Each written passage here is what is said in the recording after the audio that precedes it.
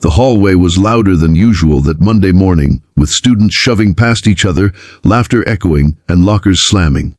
But among all the noise, a sharp, nervous silence followed every step Emily took. She wasn't the kind of girl who sought attention. She preferred keeping her head down, blending in. But being new at Lincoln High made her a target. And in a school ruled by the football team, standing out, even for a moment, meant trouble. From the very first day, Emily noticed how the team captain, Derek, and his group of players prowled the halls like they owned the place. They were bigger, louder, and feared by most. To them, intimidation was just another sport. Emily wasn't weak, but she tried not to fight battles that weren't hers. She wanted peace, just a chance to focus on her classes and maybe make a few friends. But the bullies had other plans. That morning, when she bent down to pick a book she dropped near her locker, she heard the heavy thud of sneakers and laughter behind her. Before she could stand, two strong arms pushed her hard against the cold metal lockers. The sound echoed, drawing the eyes of students passing by. Derek smirked, his crew circling like hyenas. "You're new here," he sneered, "so you gotta learn the rules. We walk where we want, take what we want, and if you're in the way, you pay." His words dripped with arrogance, and his friends chuckled as though it was routine. The crowd began to form. Phones tilted up, recording. Some whispered, some laughed nervously, but no one stepped in. Emily pressed her palms against the lockers, feeling the weight of their force pinning her. Fear tightened her chest, but deeper than that fear was something else, anger. She had left her old school because of the same thing, because bullies thought they could silence her. But this time, she had sworn it would be different. She lifted her eyes, steady and calm, meeting Derek's grin. He expected fear, maybe tears, but not the steel in her stare. The football player shifted uneasily, masking it with a laugh. "What are you gonna do?" he mocked. "Cry. Run." His words ignited the spark she had been holding back.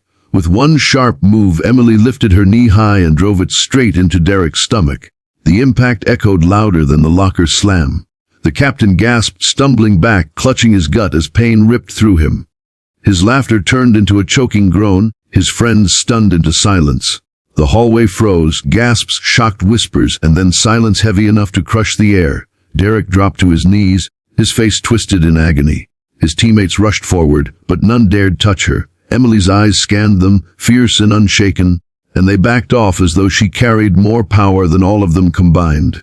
The recording phones captured everything: the strike, the captain collapsing, the look on her face. For the first time in a long while, Emily wasn't the girl who hid in the shadows.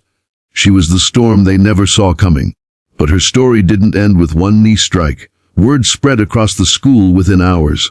Some students looked at her with newfound respect, whispering about how she had finally done what no one dared. Others stayed away, unsure if she was dangerous. Teachers pulled her aside, worried about the violence, but she explained calmly what happened. She didn't fight to start trouble, she fought to stop it.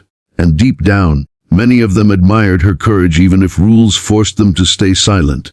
The football team's dominance began to crumble. Derek, the untouchable captain, missed weeks of practice, his injury ending his season before it began. His absence left the team fractured, their intimidation losing its power. Without their leader, the bullies faded back, quieter, suddenly aware that not everyone would bow. For Emily, things changed too.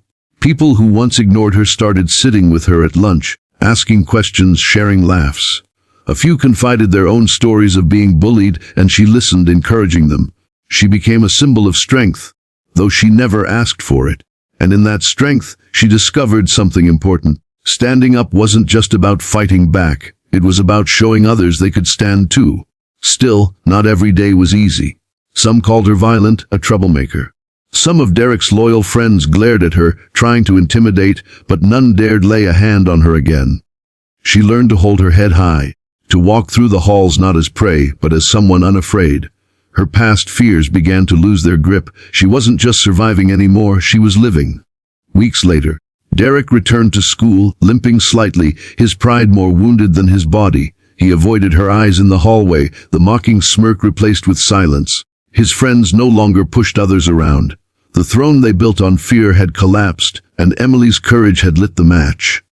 The students didn't forget what they saw. That video spread quietly at first, then beyond the school walls, shared in whispers and reposts. To some it was shocking, to others inspiring. And to Emily, it was a reminder that even when the world tried to corner you, you had the power to push back. So if you're watching this right now, remember Emily's story.